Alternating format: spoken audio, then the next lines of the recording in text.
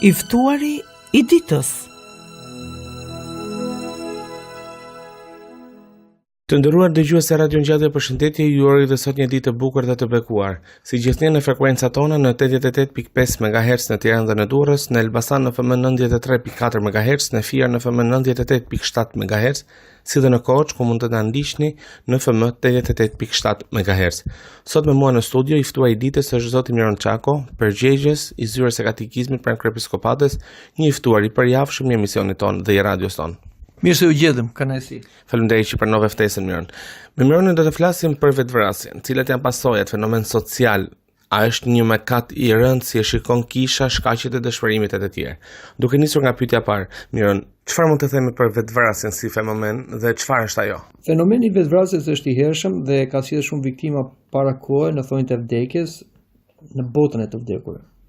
Në shekullin e 13 u quajt për studim me termin latinisht suicidium, që vjen nga fjala latine, pra sui vetja dhe cidium vrasje. Por pavarësisht ndërgjegjësimit dhe zhvillimit social dhe kulturor të njerëzve, përsëri fenomeni mbetet një fatkeqësi e madhe dhe e pariparueshme edhe për kohën tona, si për ata që e kryen vetvrasjen, por dhe për të afërmit e tyre dhe për mbar shoqërinë. Madje dhe në kohët moderne që jetojmë, siç tham, fenomeni nuk po zvogëlohet, por po shtohet frikshëm me shifra alarmante. Sipas Organizatës Botërore të Shëndetit, çdo 40 sekonda në botë një person vret veten ose 3.000 njerëz në ditë dhe 1 milion në vit bëjnë suicid ose vetvrasje. Suicidi është një nga 3 shkaqet e vdekjes për grup moshat 15 deri në 44 vjeç, që është, mund të themi, mosha më e bukur dhe produktive e njeriut. Vetvrasja nuk ndodh vetëm në vendet e botës së tretë, me një zhvillim ekonomik, social dhe kulturor të ulët, që mund të justifikohet në thojza vetvrasja për shkak të vështirësive të papërballueshme për njerëzit, por ndodh çuditërisht edhe në vende e zhvillimit të lartë, që ka një zhvillim të lartë në gjithë sferat e shoqërisë. Për shembull, në Shtetet e Bashkuara të Amerikës, në çdo 12.3 minuta kryhet një akt I vetvrasjes, pothuajse 43.000 amerikanë në vit bëjnë aktin e vetvrasjes. Po ashtu edhe në Evropë edhe në vendet me standard të lartë jetese si në Francë, ka të paktën për shembull 20.000 suicide ose vetvrasje në vit dhe 200 dhe 400.000 tentativa.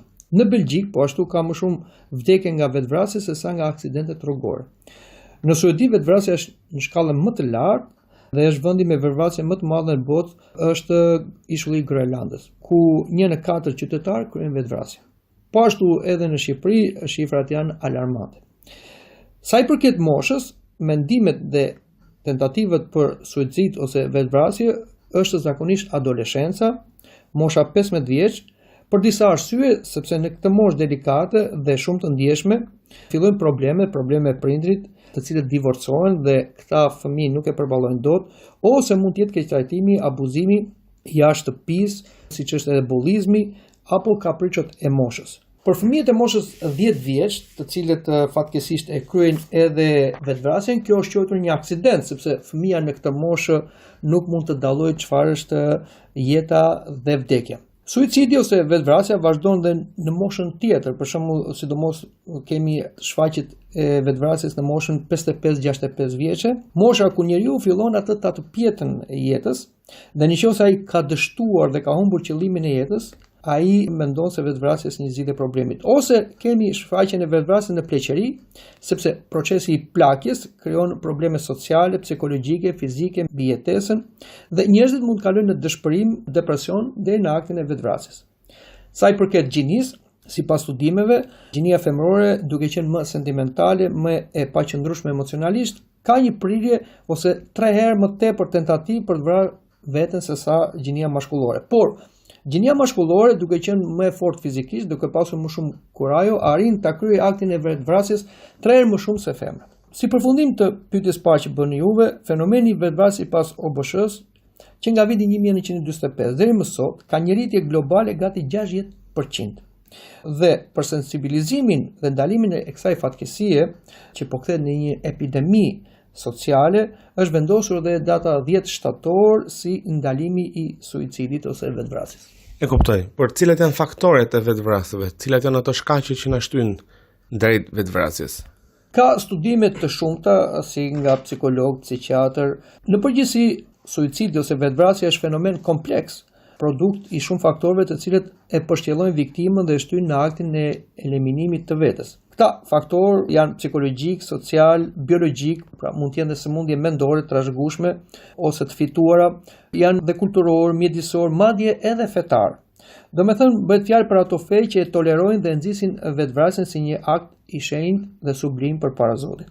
Në përgjithësi, njerëzit që duan të vrasin veten, të gjithë moshave që janë përgjegjëse flasim, kur duan të kryejnë aktin e vetvrasjes, janë përballë dilemës filozofike të rrosh apo mos të rrosh. Dhe kjo si zgjidhja më e mirë e mundshme, pra vetvrasja, bëhet përballë realitetit të pashpresë ku mund të gjendet një person. Vetvrasja kryhet nga gjitha nivelet intelektuale, pra nuk mund të themi se niveli i ulët intelektualisht ka një prirje për vetvrasje, por të gjitha këto nivele intelektuale, madje edhe ato më geniale, shikojmë që e kanë kryer aktin e vetvrasjes. Pra, sipas studimit të parë për fenomenin e suicidit, Emile Durkheim, në studimin e tij të publikuar në vitin 1897, citon: vetvrasja si fenomen në kupton të gjitha rastet e vdekjes, të cilat rezultojnë në mënyrë direkte dhe indirekte për aktit pozitiv dhe negativ të vetë viktimës, i cili kupton se çdo të prodhojë rezultati i aktit të tillë.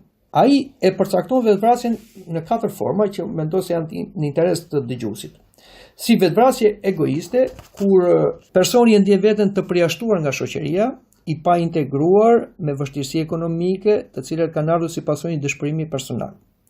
Në kategorinë e dytë, ai thotë vetvrasja është altruiste, kur personi është integruar në shoqëri, por i ndikuar nga tradita apo feja si akti i vetvrasjes, sipas tij është shërbimi më i mirë apo akt heroik për nderim, si për shembull kemi harakirin ose vetvrasjen që bëjnë në kulturën japoneze, ose sekte që përligjin vetvrasjen si akt sublim për Zotin, siç janë dhe kamikazët e ndryshëm. Kemi kategorinë e tretë sipas tij, që është vetvrasja anomike, që vjen nga çrregullimet sociale, prej nderimit të sistemeve shoqërore, numrit të madh të popullsisë, e ku rregullat shoqërore janë në disavantazh apo të papërshtatshme për shoqërinë, siç është papunësia, varfëria ekstreme, depresioni ekonomik, humbja e shpresës. Dhe në kategorinë e katërt ai na thotë është vetvrasja fataliste, ku individi i ka të gjitha, por ka humbur drejtimin e jetë dhe kontrollin mbi fatet e tij.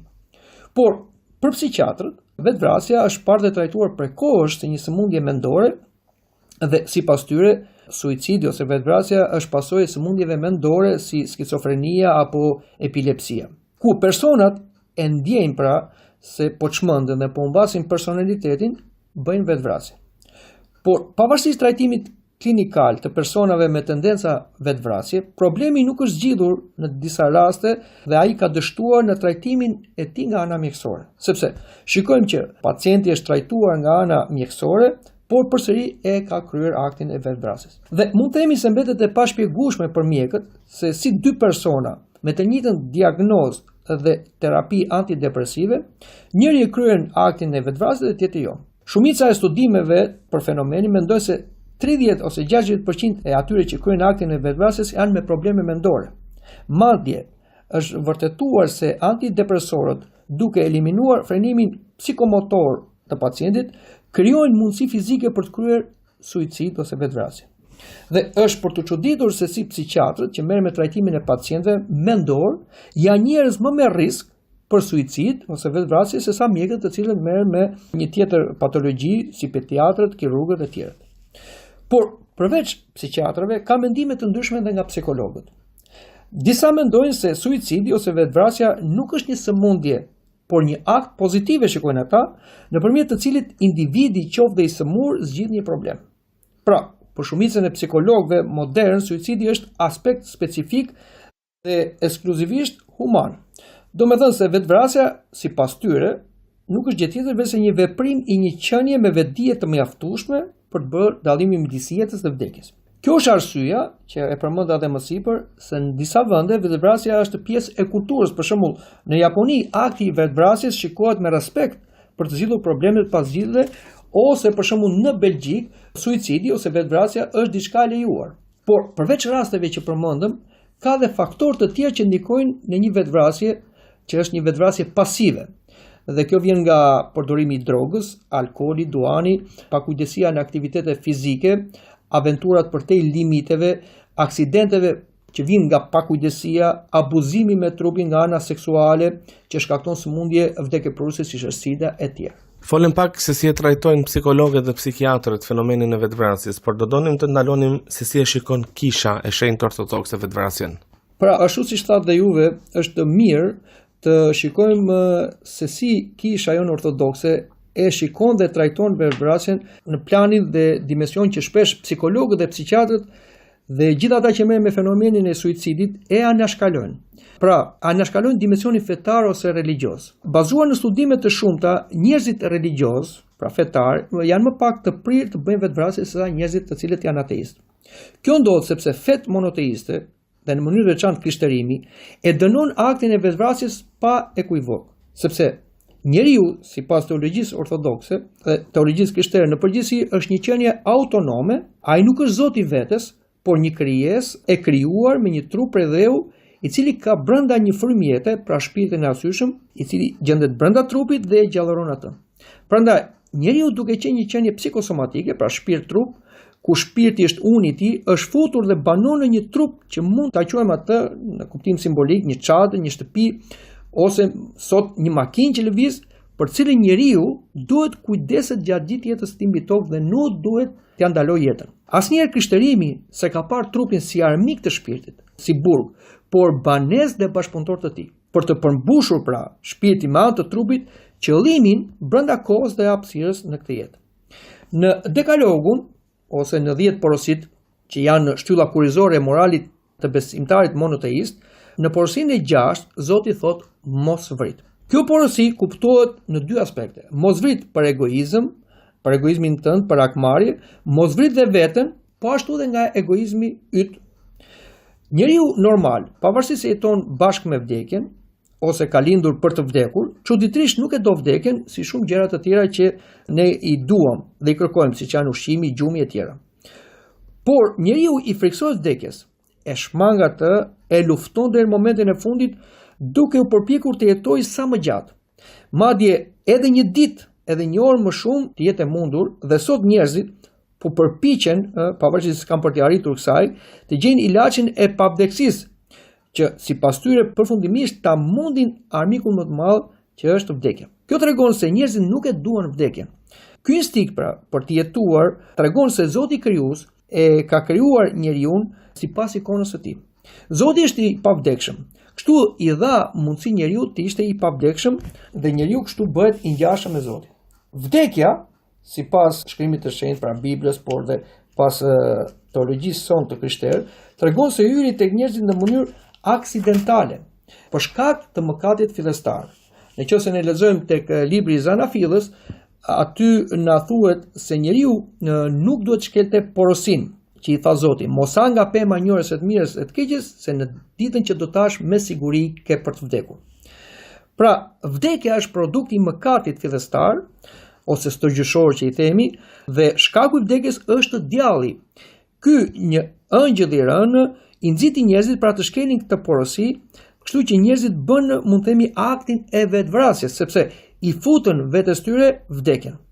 Prandaj, edhe dëshira për vetvrasje fillon të shfaqet në adoleshencë, ku njeriu fillon të dallojë të mirë nga e keqja, dhe në këtë moshë ai është i lirë të zgjidhë të shkojë mbas të keqes, fatkeqësisht mbas mëkatit që bashkon me djallin, dhe duke bashkuar me djallin, paga e mëkatit është vdekja. Prandaj edhe Krishti tha për djallin, ai është njëri vrasës që nga fillimi. Ai së bashku, pra me demonët e ajrit, ndikojnë që njeriu të shkel porosin, mos vri ose mos vrit veten. Kjo na tregohet shumë qartë në personin e Juda Iskarioti, i cili tradhtoi Krishtin. Por shikoni çfarë thuhet për atë. Atëherë Satanai hyri në Judën, i mbiquajtur Iskariot, që ishte një nga 12-tët, dhe ai u largua dhe shkoi u var në litar pra varau veten. Shumë herë persona që vrasin veten janë të bombarduar me mendime dhe zëra të brendshme që i shtyjnë njerëzit drejt aktit të vetvrasjes, pa kuptuar ata janë duke bërë një krim të pariparueshëm me veten e tyre. Shën Agustini thotë, të vetë vritësh është sikur të vrasësh një njeri. Këto zëra demoniak, që psikiatrët dhe psikologët duke mosditur origjinën nga vijnë, i quajnë zëra të brendshëm, ose personalitet i dyfisht, që vijnë pra në këtë mendje të çorditur, shoqërohen me melankoli, me ankth, mendimi i ulët për veten, dëshpërim ose me një ego të tepruar sa kërkon të sfidosh edhe vetë jetën tënde. Në shkrimin e shenjtë përmenden vetëm 2 persona që kanë vrarë veten.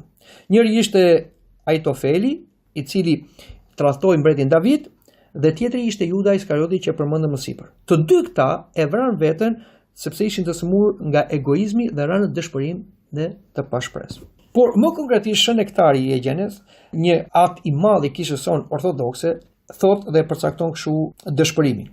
Dëshpërimi është një keqe e frikshme, thot, dhe një pasion i pashërueshëm që dëmton shpirtin e njeriu. Shkatron çdo gjë të shëndosh brenda tij, e udhëzon në shkatrim, e bën të jap fund jetës së tij. I dëshpëruar edhe pse jeton, është i vdekur, sepse ka humbur lidhje me botën dhe me çdo kënaqësi të jetës. Dhe mendon se një vdekje më e shpejtë se ajo natyrore do shërojë nga i dhërimet dhe vështirësitë e jetës dhe kështu përfundon në vetvrasje.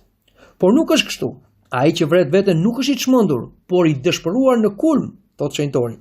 Pra, vetvrasit nuk vuajnë psikologjikisht, por moralisht. Ata lan pas dore kurimin moral dhe kur i poshtoi paniku dëshpërimit vran veten. Kështu ata janë përgjegjës të veprimeve të tyre dhe bëjnë mëkat të madh të pafalshëm. Këto pra thot shenjtori dhe ai siç e dëgjojmë përcakton çdo thot dëshpërimi. Pra dëshpërimi nuk mund vinë nga probleme sociale, por është një problem moral që vjen nga mungesa besimi në Zotin dhe vjen nga një egoizëm i tepruar. Miron, pasi folëm se si ja ka përshkruar Shën Nektari dëshpërimin, do donim të dinim se cilat janë shkaqjet e dëshpërimit. Shkaqjet e dëshpërimit janë të shumta, por ai më kryesori, siç edhe përmendë shenjtori, është sëmundja morale. Dhe këta të sëmurë moralisht ndahen në 3 kategori. Ateistët, që nuk besojnë në jetën pas vdekjes dhe në gjyqin e Perëndis, dhe kjo i çon në çmenduri, tha i marri në zemrën e tij nuk ka Perëndi, janë të korruptuar, bëjnë gjëra të neveritshme, nuk ka asgjë që të bëjë të mirën, na thot psalmisti. Janë kategoria e dytë, frikacakët, bespakët. Në këtë grup bëjnë pjesë ata njerëz që fillimisht jetojnë sipas ligjeve hyjnore dhe njerëzore, por sa takojnë vështirësi të mëdha në jetë, humbin guximin dhe shpresën e tyre tek Perëndia. Dhe grupi i tretë janë të pushtuar nga ndjenja të ndryshme, pra të smur sentimental. Në këtë grup bëjnë pjesë ata që vriten të zhgënjur nga dashuria njerëzore, qoftë kjo e pastër, që zakonisht është tek të rinj, ose dhe ajo e palishme. Dhe i riu i pushtuar nga zhgënjimi, kaq shumë vuan duke qenë i papërvojë për temat e jetës dhe i kushton një rëndësi më tepër se ç'duhet këtyre ngjarjeve, e cila për të rinjt është zhgënjuese dhe kjo pra mund t'i çojë dhe në aktin e vetvrasjes. Pra, këto janë 3 kategoritë që mund t'i përcaktojmë ne nga ana kishtare ose mund t'i themi nga ana shpirtërore që i çojnë njerëzit në aktin e vetvrasjes. Por të gjitha këto 3 kategori bashkohen në atë se njeriu e vret veten për shkak të një egoizmi të sëmurë. Pra, ai pushon se qeni një qenie e varur nga Zoti dhe ai varet nga vetja vet. Egoizmi pasaj e rrotullon njeriu rreth vetes së tij, pra e bën egocentrik nga theocentrik dhe kështu pasaj njeriu shkon drejt një fundi të pashpresë, një dëshpërimi total dhe një akti, si themi, një akti jashtëzakonisht të gabuar duke vrarë edhe veten e tij. Sa i takon kishës, si shikon kisha vetvrasjen, si një fatkeqësi apo diçka tjetër, një mëkat për shembull? Vetvrasja jo vetëm që është një fatkeqësi, siç e tham, e pariparueshme dhe në shtrim ndaj demonëve, por është një akt i pafalshëm sepse e para njeriu që vret veten sfidon Zotin. Zotin që është dhuruesi i jetës dhe blasfemon ndaj Zotit duke quajtur atë të paaftë për ta shpëtuar në situatën ku rrëzua. Dhe e dyta, më e keqja, njeriu që vret veten i humb vetvetes çdo mundësi rikthimi, pendimi, korrigjimi, restaurimi, ndryshe nga ai që vret tjetrin dhe bën çdo mëkat tjetër, por që ka mundësi, ka kohë të pendohet, të korrigjohet gjatë jetës.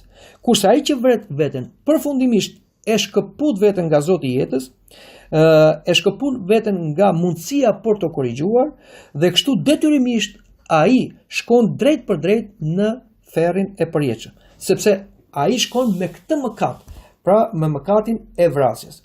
Për këtë arsye, ata njerëz që vrasin veten, sipas kishës ortodokse, nuk ju bëhet shërbesa fetare.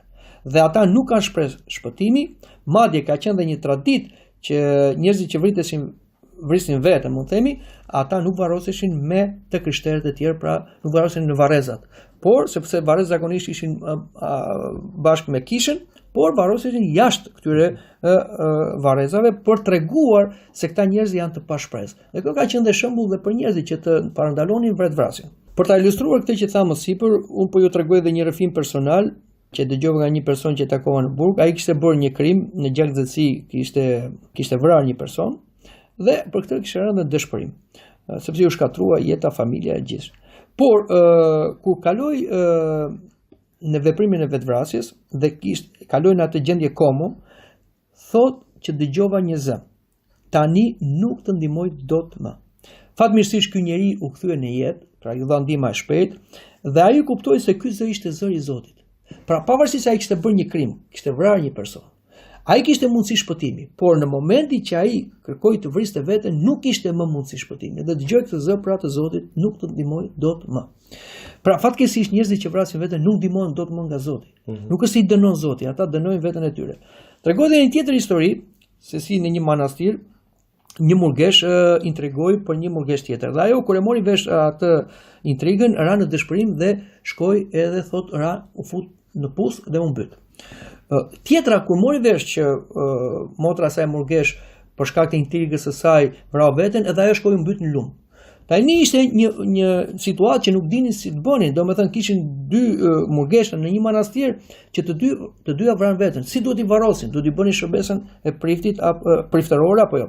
Atëherë pyetën një heron dhe i tha, jo, ato të dyja janë në ferr, sepse të dyja vranë veten, njëra prej dëshpërimit, tjetra prej egoizmit. Pra, ai njeri që vret veten nuk ka justifikim.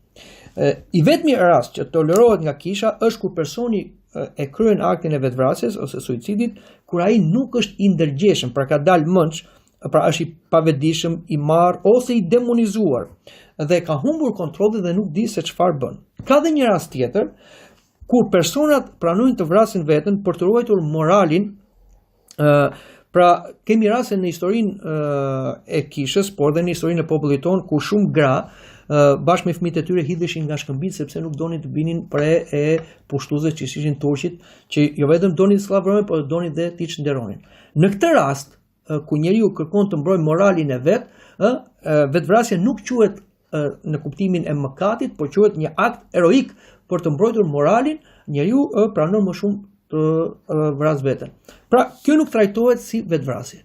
E qartë, sa i takon eutanazisë, a është një vetvrasje dhe ajo? Vetvrasja si akt është shumë dimensional dhe i kamufluar, por për më konkretisht për eutanazin që vjen nga termi greqisht që do thot vras veten ose vdekja e ëmbël. Kemi eutanazi vullnetare kur kërkohet nga vetë pacienti, ai quhet vetvrasje nga kisha, kurse kemi eutanazi të imponuar kur kërkohet nga të afërmit, kur personi që është i sëmur ose ka rënë në gjendje kome dhe ai nuk jep merr, atëherë në këtë rast kemi vrasje nga njerëzit e tij të afërt. Ata njerëz që ndërgjegjësohen se do vdesin, me siguri mendojnë se nëse unë do të vdes ton ata, pse të mos vdes më përpara, ose pse të bëhem barra shoqërisë. Ndërsa të afërmit e tij mendojnë se me eutanazin do ta lehtësojnë këtë njeri nga dhimbja e vdekjes. Por kisha ortodokse thot të kundërtën. Jeta nuk është pronë e njeriut, por është dhuratë e Zotit, dhe vetëm Zoti ka të drejtë të marrë shpirtin edhe ta ndajë atë nga trupi. Jeta e njeriut nuk është e matur me minuta, orë, ditë dhe vite, por me frymarrje. Prandaj thuhet edhe atje i doli fryma. Pra ne duhet dim se Zoti na ka matur me frymarrje dhe jeta në trup brenda kohës dhe hapësirës ka një qëllim të madh, që njeriu të përgatitet për të shkuar në jetën e përjetshme. Kjo ndodh dhe me frutat, për shembull, ne nuk mund të marrim një frut nga një pemë kur është i pabër, por do ta marrim kur ai të bëhet. Vetëm atëherë fruti e ka përmbushur qëllimin e vet dhe është i dobishëm. Kështu edhe jeta e shpirtit brenda trupit ka një kohë të caktuar ku e ka përcaktuar Zoti për secilin prej nesh, shikon ai se kur do të piqemi, kur do të bëhemi gati për të shkuar përballë tij. Prandaj të marrësh jetën përpara kohë do të thotë të shkosh i papërgatitur në mbretërinë e Zotit përpara gjykimit të Perëndis. Prandaj eutanazia është e patolerueshme nga kisha dhe trajtohet si vetvrasje kur personi kërkon vetë ta kryejë këtë akt, ose si vrasje kur e kërkojnë edhe të tjerët. Për shkak të minutazhet kur kemi marrë në fund të emisionit për sot, një pyetje të fundit shkurtimisht, pse janë shtuar aktet e vetvrasjes kohët e fundit? Vetvrasja ose suicidi është shtuar në këtë kohë që quhen kohët e apostazisë, të mohimit të Zotit, dhe mund themi se vetvrasja është një shkak i kësaj neuroze të përgjithshme, të një brezit pa bese i moral, që largohen nga Zoti si shpresa, ngushëllimi dhe fuqia për përballuar sfidat e jetës, dhe njerëzit duke qenë në pabesi bien në dëshpërim dhe në fatalitet. Dhe zgjidhja më e mirë e këtij fenomeni, si fatkeqësia më e madhe dhe mëkati i pafalshëm, është besimi tek Zoti. Te Zoti i dashurisë, dhe këta njerëz që besojnë tek Zoti nuk arrin kurrë në dëshpërim ose në frikë dhe në ankth, por ata marrin kurajo të ecin mbi sfidat e jetës, dhe mbi të gjitha ata marrin fuqi të kundërshtojnë djallin i cili na përshpërit, vrit veten si zgjidhja më e mirë. Por kjo është zgjidhja më e keqe, është një mëkat i pafalshëm. Miron, të falenderoj shumë për intervistën. Falenderoj dhe juve. Të nderuar dëgjuesi, kemi ardhur në fund për emisionin për sot. Ju falenderoj që na ndoqët që ndroni me programin tonë Vejm. Bashkë mirë dëgjofshim.